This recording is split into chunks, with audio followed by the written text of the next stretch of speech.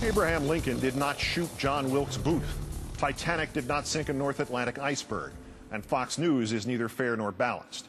These are simple historical facts intelligible to all adults, most children, and some of your more discerning domesticated animals. But not, as the third story on the countdown proves yet again, not to Billo.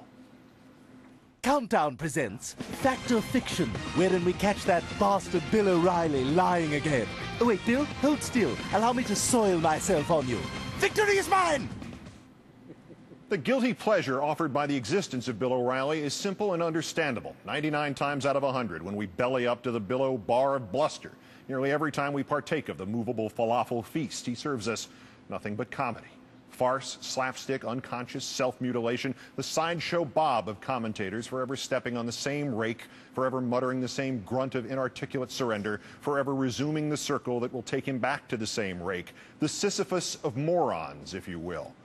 But this is the 100th time out of 100. It is not funny at all.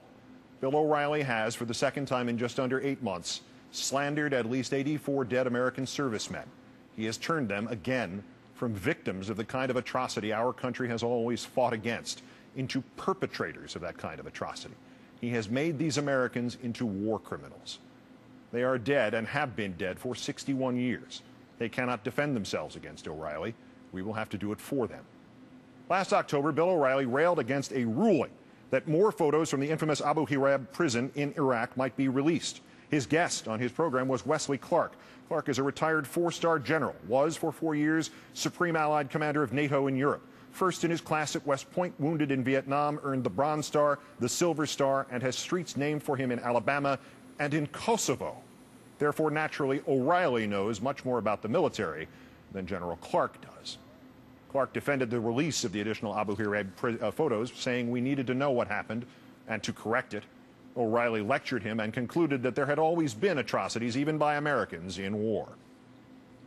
General, command. You need to look at the Malmedy massacre in World War II in the 82nd Airborne.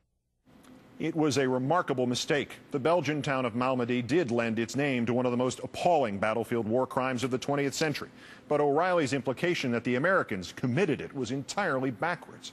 Americans, most of them members of Battery B of the 285th Field Artillery Observation Battalion, surrendered to German panzer troops and were then shot by their captors from the SS. Yet O'Reilly had implied that the Americans had massacred these Germans in this one stark moment of the Battle of the Bulge. And he used this Alice through the looking-glass view of history to somehow rationalize Abu Ghraib while trying to dress down a four-star American general. Still, it could have been a mistake. We make them, even historians do. O'Reilly had not explicitly called the Americans the war criminals of Malmedy. Our troops, too, were accused of crimes against prisoners in the Second World War. It was assumed last year he had simply made a foolish error, and though he got beaten up appropriately in some places, it was all largely dismissed as merely that, a mistake. Then came this Tuesday night.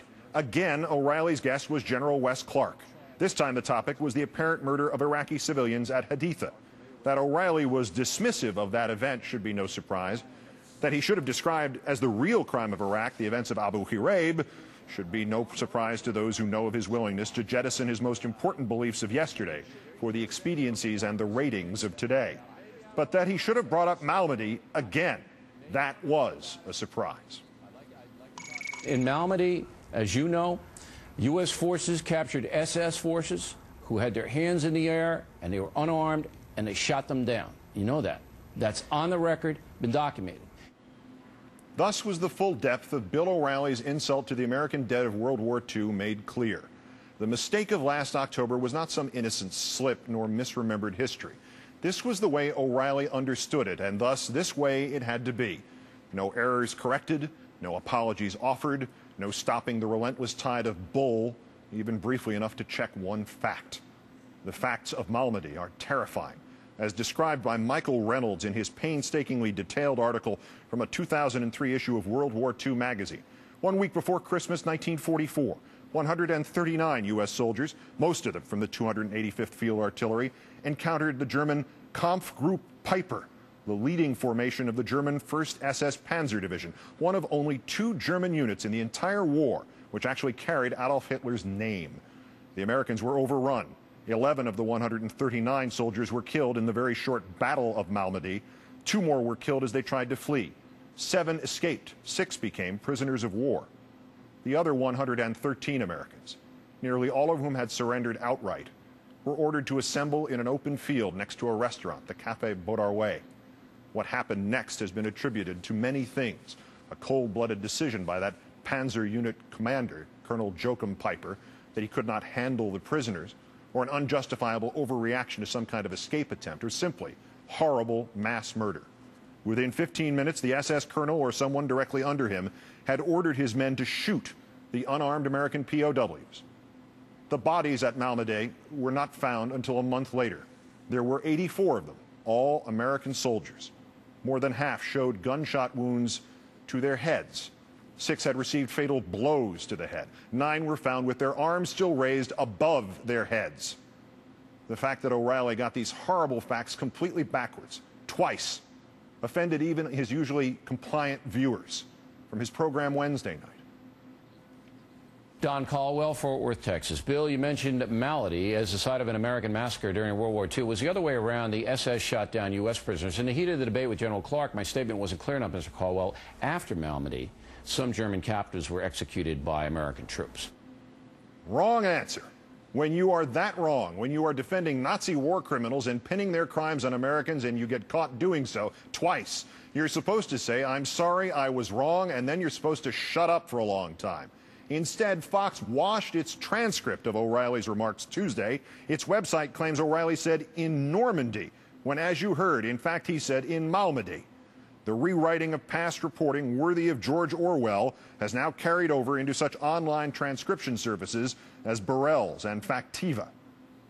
Whatever did or did not happen later in supposed or actual retribution, the victims at Malmedy were Americans, gunned down while surrendering by Nazis in 1944, and again Tuesday night and Wednesday night by a false patriot who would rather be loud than right. In Malmedy, as you know, Bill O'Reilly said on the air Tuesday night in some indecipherable attempt to defend the events of Haditha, U.S. forces captured SS forces who had their hands in the air and were unarmed, and they shot them dead. You know that. That's on the record and documented. The victims at Malmedy in December 1944 were Americans. Americans with their hands in the air. Americans who were unarmed. That's on the record and documented. And their memory deserves better than Bill O'Reilly. We all do.